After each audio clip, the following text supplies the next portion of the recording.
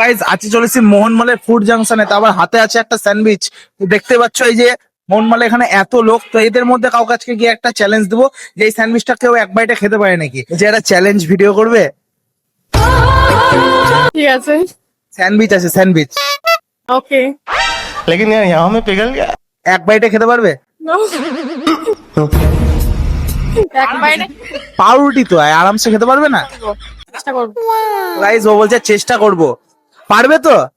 জানি না, জাস্ট চেষ্টা করবো, দেখি যদি পারি। वाह दीदी वाह दीदी नहीं नहीं दीदी वाह दीदी what is this? दीदी दीदी আচ্ছা যদি তুমি পারো তাহলে তোমাকে 200 টাকা পুরস্কার দেবো, ঠিক আছে? হ্যাঁ গাইস দেখা যাক ও এক বাইটে খেতে পারে নাকি এবং আমার কাছ থেকে 200 টাকাটা জিততে পারে নাকি। और अभी तो रुको, क्लाइमैक्स अभी बाकी है। তো গাইস দেখতে পাচ্ছ স্যান্ডউইচটা ওকে দিয়ে দিয়েছি, কি মনে হচ্ছে এক বাইটে পারবে? এক বাইরে তো খাওয়া সম্ভব না, বাট চেষ্টা করবো। জিতলে তো 200 টাকা পাবে, চেষ্টা করো ওটার জন্য অন্তত। তো কোনো টাইমের লিমিট নাই, শুরু করে দাও, ঠিক আছে? কি বলছো? যে কোনো ভাবে খাওয়া যাবে তো? যে কোনো ভাবে কিন্তু এক বাইটে। কি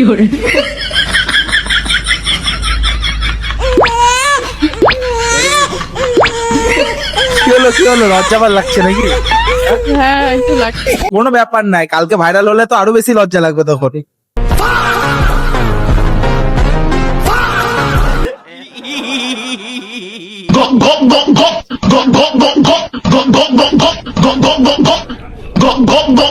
গাইস দেখো পারবে না বলছিল, কিন্তু এক বাইটে পুরোটা একদম মুখে একদম পুরোটা ঢুকিয়ে নিয়েছে।